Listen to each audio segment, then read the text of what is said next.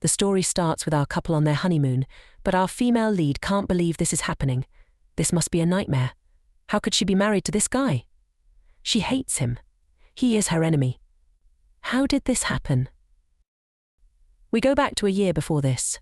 Our female lead walks out of the convenience store, enjoying the good weather. She has bought a lottery ticket. It's ambitious, but she needs all the help she can get.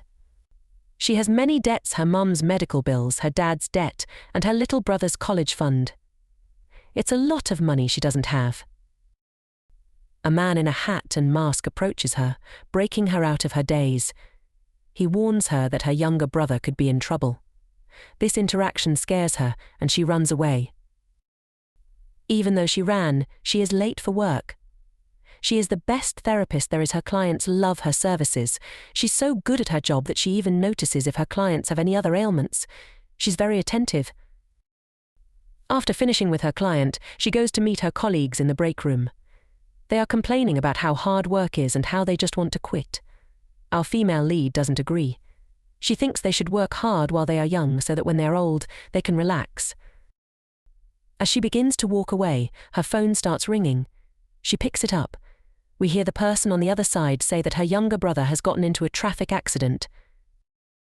She drops everything and runs to the hospital, finding her brother in a hospital bed. He is alive but injured.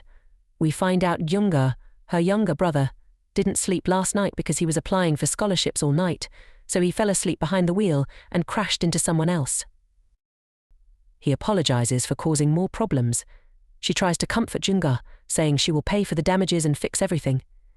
They will figure it out, so he shouldn't worry. This is when he tells her even more bad news. The car he crashed into was a Porsche, an expensive foreign car, and to make things worse, the insurance won't cover this, so they have to pay for everything. She is shocked, coming to the full realization of just how bad this is. The debt just keeps adding up. How will she be able to keep up? Maybe it would be better to just die. This is too much. After taking a deep breath, she calms herself, realizing anger won't help in this situation. She asks if the other person is injured. Thankfully, he is fine. He is just waiting outside.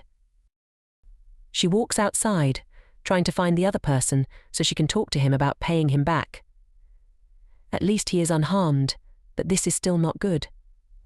What will she do? She can't afford another financial burden. She has been working hard for 9 years and already has this much debt.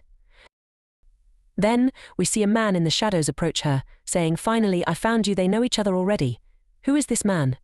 She turns around to make eye contact with this mystery man. She recognizes him but has tried so hard to forget her past with him. She just wants to pay him back. She doesn't want to get involved with him anymore. We find out that in the past, she took his money and ran away with it. They begin a heated conversation. She took 10 million won from him after the abandoned factory incident. She really doesn't want to be involved further and pushes him away, insisting she will pay for the damages. Before he leaves, he gives her his business card.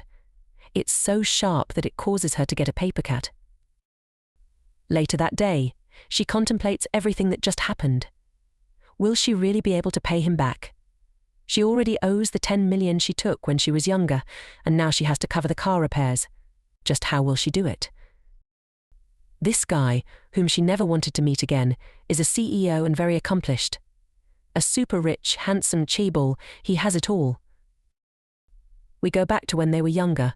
We see their parents are good friends and frequently visit each other's houses. Our female lead is surprised when she meets him as a child. He looks familiar. She asks if he has an uncle that looks like him, which makes the adults laugh and embarrasses our male lead. As time went on, they got along well and often played together. This was easy since they went to the same school and were neighbors. We see our lead run out of her family house looking stressed. It turns out she ruined some important documents of her dad's. The pair run away from the house hand in hand and begin to laugh. They got on well as they were both competitive and drove each other to do better. They had been in the same school together for 5 years before one fateful day when everything changed between them. It's pouring rain, relentless. They run to get cover and hide from the weather. Because of the bad weather, she starts sneezing. He begins to look after her, asking if she is cold. He is worried about her. He then asks what her favorite season is. She reveals she loves winter because it is her name, and, unlike summer, it doesn't randomly start raining like this. He looks into her eyes and says, "I like you too, winter." Their faces get closer and closer until they share a passionate first kiss. Holding her face gently in his hands, he asks, "Winter, would you believe me if I told you that I liked you?" We come back to the present, and Winter snaps back to reality. She screams, "No, never. I could never like him. Why did she remember that time?" She wants to think about anything else. Let's not waste any more time thinking about the past or him, she tells herself. Just then her phone rings. It's him. He tells her that the repair will cost 80 million won, well, 89 to be exact. This leaves her stunned. How can it be this much? In total, she owes him nearly 100 million won. How did this happen? Smirking on the other side of the phone, he says he'll send an address, and she has to meet him at 5 o'clock. Before she has any time to say more, he hangs up. The time of the meeting rolls around, and she is standing in front of a luxury apartment building. The sleek, modern architecture and the high-end cars parked outside emphasize the wealth of its residents. She goes up to the security guard, but at first he treats her suspiciously, not believing her story. "I'm here to see Jin Woo," she insists, feeling the weight of his scrutiny. Once he gets confirmation that she's a visitor, his attitude changes. Smiling warmly, he says, "Ah, miss, please go right ahead." "Mr. Jin Woo is expecting you." He points her to the private elevator that leads directly to the penthouse.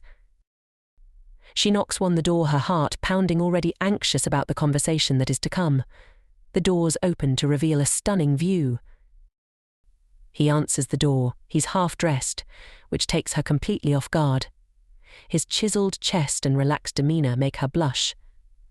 "Oh, come in," he says nonchalantly, as if nothing is out of the ordinary.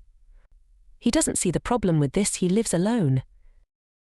She tries to ignore him, her cheeks flushed as she steps into the apartment. It's magnificent, spacious, and elegantly furnished with modern art pieces and plush furniture. The soft lighting and the ambient music playing in the background add to the luxurious atmosphere. She takes a deep breath and sits down on the big, comfortable sofa, trying to steady herself. As she looks around, she can't help but feel a pang of envy. This is a world she never imagined being part of. But right now, she needs to focus. She gets herself ready for the conversation, determined to face whatever he has planned for her. Winter zoned out, trying to process everything. Sihyu broke the silence by asking her what she was thinking about. She hesitated, not wanting to answer him, but instead slid a contract she had drafted onto the table. It outlined a payment plan so she could repay him over 4 years. Sihyu read it carefully but didn't agree to it. He didn't want this to drag on for 4 years. He asked if she really wanted to keep seeing him for that long. Winter tried to argue her point, mentioning the interest she would accrue over those 4 years, but he had no interest in prolonging the repayment. First, Sihyu requested that she drop the formalities with him and speak more casually, but Winter argued that it was too awkward after 10 years, and especially after she had stolen the money. He continued to argue that he didn't want all these formalities. Winter jumped up, angry at how stubborn he was being about a minor thing like this. He cut her off, reminding her of an incident 10 years ago when she hit him on the cheek and then ran away. He said that she needed to apologize, and if she adjusted her attitude, he would consider lessening the payment. We then flash back to 10 years ago, to the moment where they are arguing. Winter's family is not in a good financial position, and they don't have money like they used to. She might have to quit school and work, and there are many rumors going around about her. Sihyu offers to sponsor her, but this angers her, and she punches him in the face. With tears in her eyes, she tells him he is the worst. We come back to the present, and he asks again if her ego will be able to handle it. Winter swallows her pride and decides to apologize. Bowing deeply, she says that she is truly sorry that she slapped him 10 years ago, and also for taking his money and running away with it. She apologizes for all her past actions. He ponders, realizing this is not the Winter he knows. This is boring, she doesn't normally act like this. Sihyu says, as promised, he will cut some money off and she should leave now. Winter is shocked that he called her apologizing boring. Should she have punched him in the face? But this isn't 10 years ago. She decides to leave as quickly as she can. She has endured enough for today. Gripping her bag tightly, she tries to calm herself down as she leaves his apartment.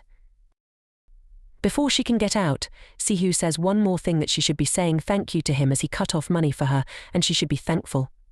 Her anger boils over, and she cracks. Turning around and charging towards him, she swings her bag and hits him. Then, grabbing his collar, she screams at him, threatening to rip him apart if he says one more word to her. Grabbing her wrist, he pulls her, then pins her to the wall. He then asks her if she knows why he's doing all of this. He wants her, but she says that will never happen. She is so angry. Then again, like when they were younger, he asks Winter if he said he liked her, would she believe him? This brings tears to her eyes, and she leaves Sihu behind alone, without responding to his question. We see Sihu is annoyed at himself. He didn't mean to make her cry. Looking down at the floor, he notices something. It's her handbag she left without it. It has everything inside, including her phone. He picks it up and begins to chase her to give it back. Winter is walking away, still crying and upset at how the conversation went. Then we see she is crossing the road, and it's at that moment she hears him shouting her name. She turns around, wondering why the hell he is stalking her. Then she looks down and notices her bag. Oh, that's why. Sihu was still in the middle of the road when a truck quickly approaches him. Winter is horrified at what she is about to witness. Then everything goes black. Her head is killing her. What happened? Where is she? Opening her eyes, Winter sees her brother and mother standing over her bed. She's in a hospital. She thinks Sihu should be in the hospital, not her. She just watched the accident. Then, asking her mum, she tries to find out what has happened. She doesn't remember. Her mum tells her she collapsed and hasn't woken up for days but didn't have any major trauma, which is good. Then mum starts talking about her husband and how she is married. Winter is shocked. She is married? Since when? She doesn't remember this. Who is she married to? What is happening? Why can't she remember? Just then, Sihu bursts through the door, and Winter demands answers. What is happening?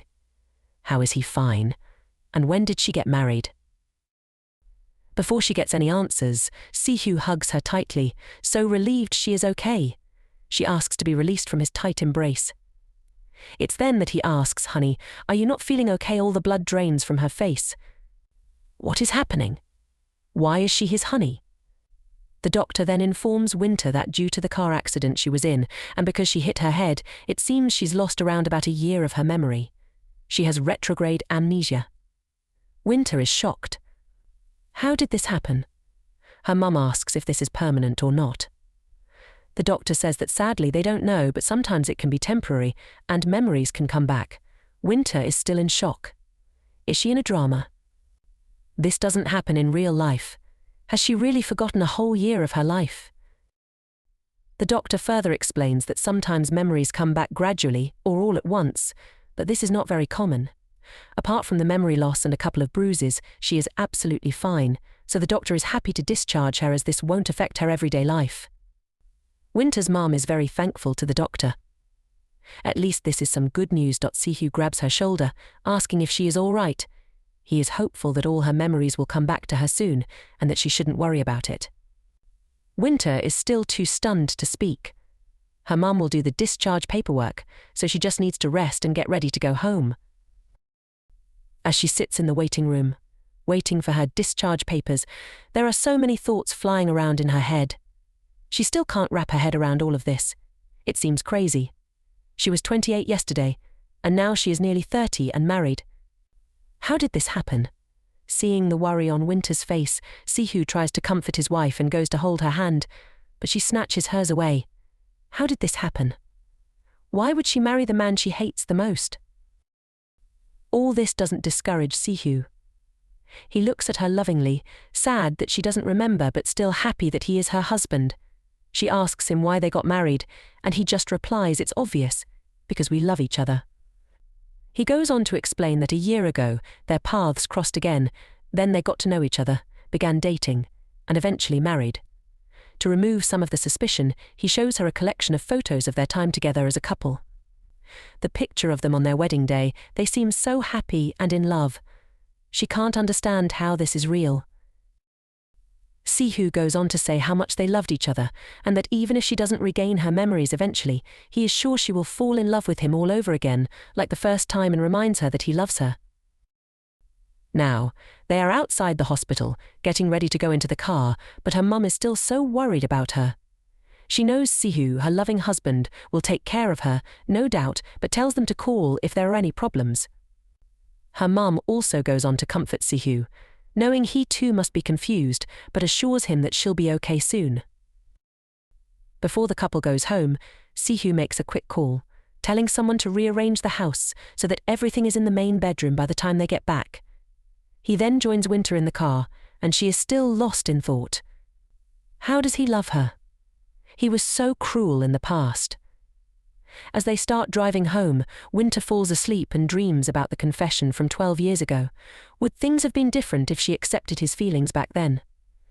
The scene starts with a headline in a newspaper: cosmetics company contains dangerous materials. The man reading the newspaper is Winter's dad, who looks shocked. How could they spread this nonsense? He exclaims. His assistant tells him that this isn't the only problem at the moment.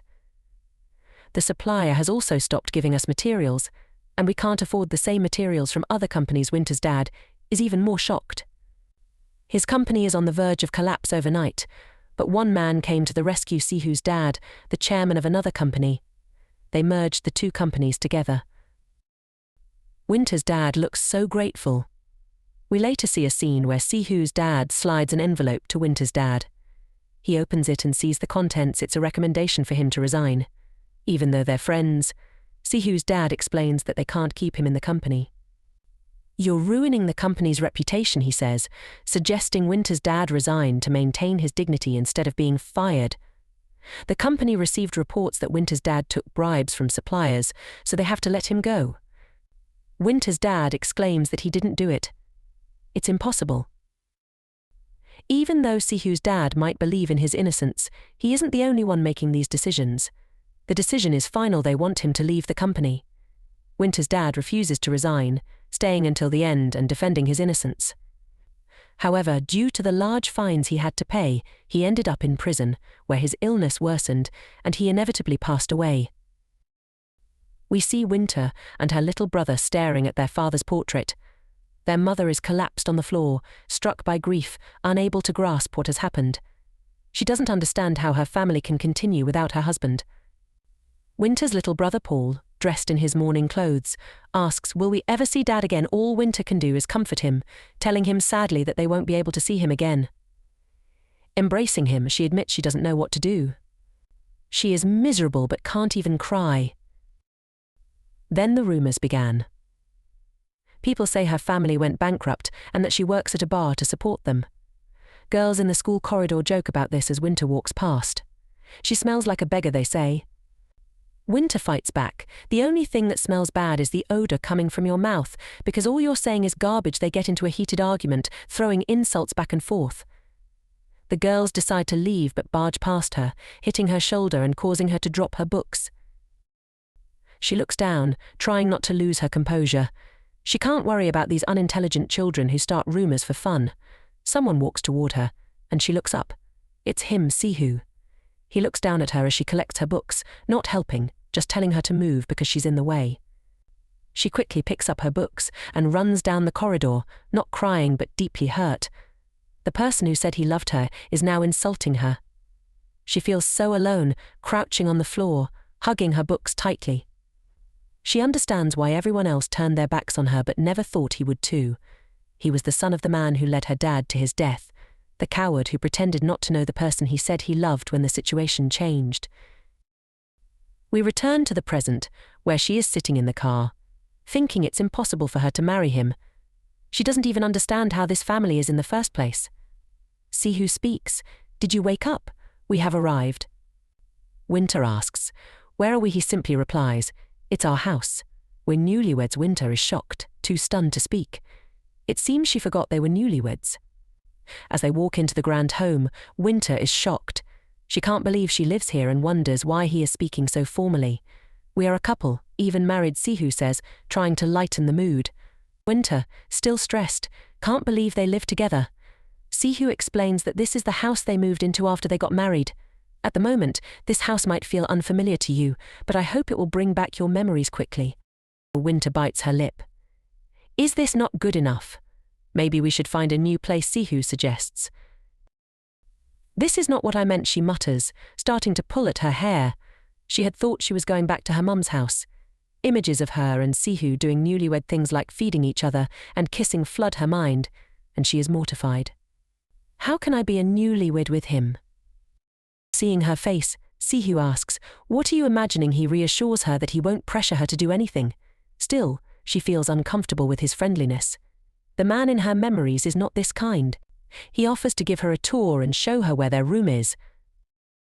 As they walk into the main room, he says, this is where we sleep together. Winter is shocked by the size of the bed. It's massive. She jitters at the thought of sharing a bed with him. He breaks the silence by saying he's hungry and has prepared dinner. Pulling out a chair, he asks her to sit down and join him at the table.